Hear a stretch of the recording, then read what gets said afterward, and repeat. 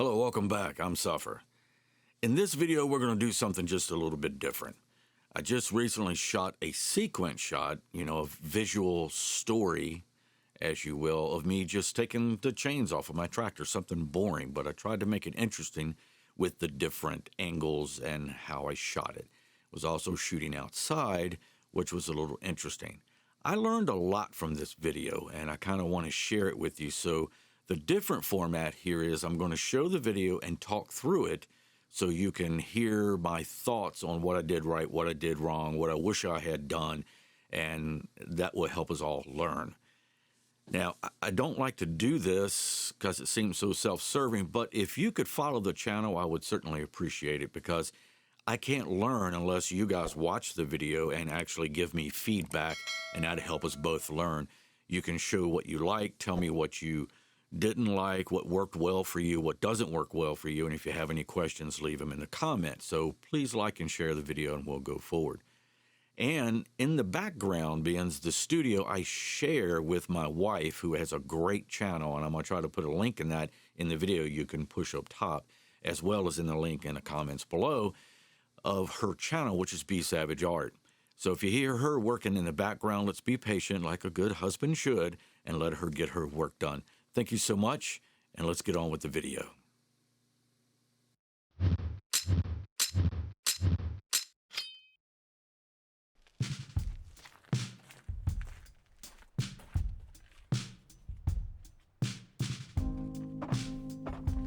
All right, the idea of the video was for me to practice showing an ordinary task in a more visually interesting way, and I think we pulled it off pretty well in this first attempt.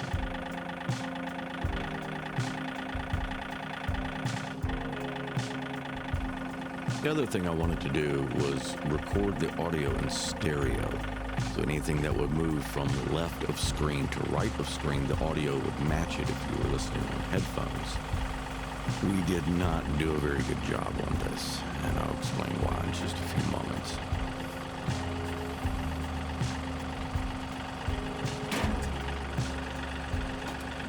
There you can see the microphones in the shot there. I should have moved the camera a little bit, but with the bright sunny day and the LCD monitor I used, I didn't even see them in the shot, so we'll work on that a little bit in the future. Here you see the tractor moving from right to left, and you can hear it moving from right to left, but it doesn't really match the visuals, which what I learned is you need to have the stereo pair microphones oriented with the camera, and it matches a whole lot better.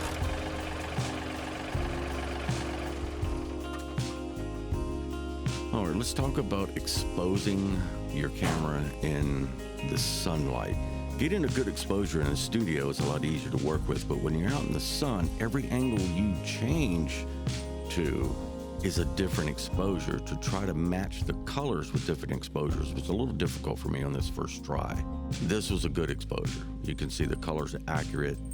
The yellow on the wheel looked pretty good. I really like this shot. The red in my shirt is a little bright, and if you look to the upper left-hand corner of the screen, you can see the sky is a little overexposed.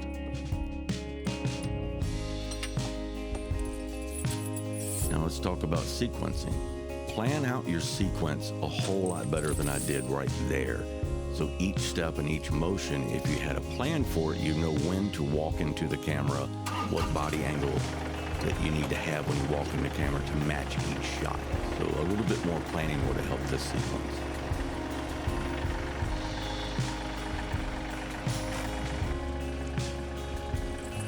This sequence worked out pretty well. Again, the stereo audio image is not working too well, so it doesn't kind of match what the camera is seeing. But I am liking the low angle view that we're getting through here.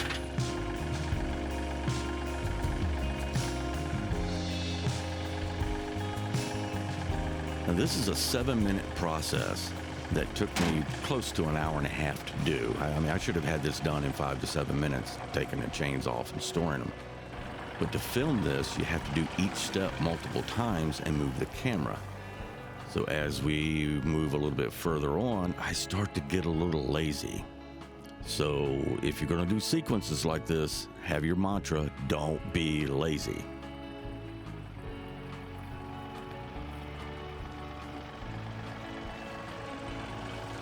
On a day where the clouds are moving, like this day, it started to get hazy with a more overcast sky as the shot progressed, so the lighting kept changing, which means color matching between shot to shot to make it look normal is a little difficult. There you go. You see my microphones in the screen again on the left. Don't be lazy. Pay attention to each and every shot.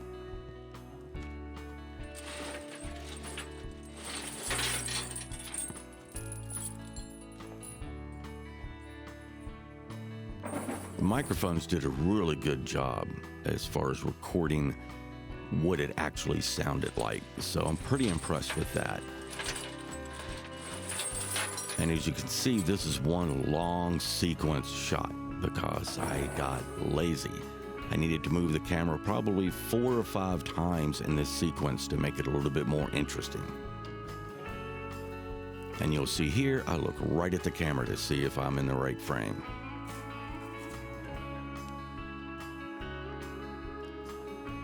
So between this shot and the next shot coming up, it was overcast right here, so I tried to bump the exposure up, which made it a little bit grainy and not quite as clear. But by the time I do this, grab the camera and move it to this shot, the sun came out. So this is a much cleaner and much brighter shot. Look at the greens. They look so much better right here.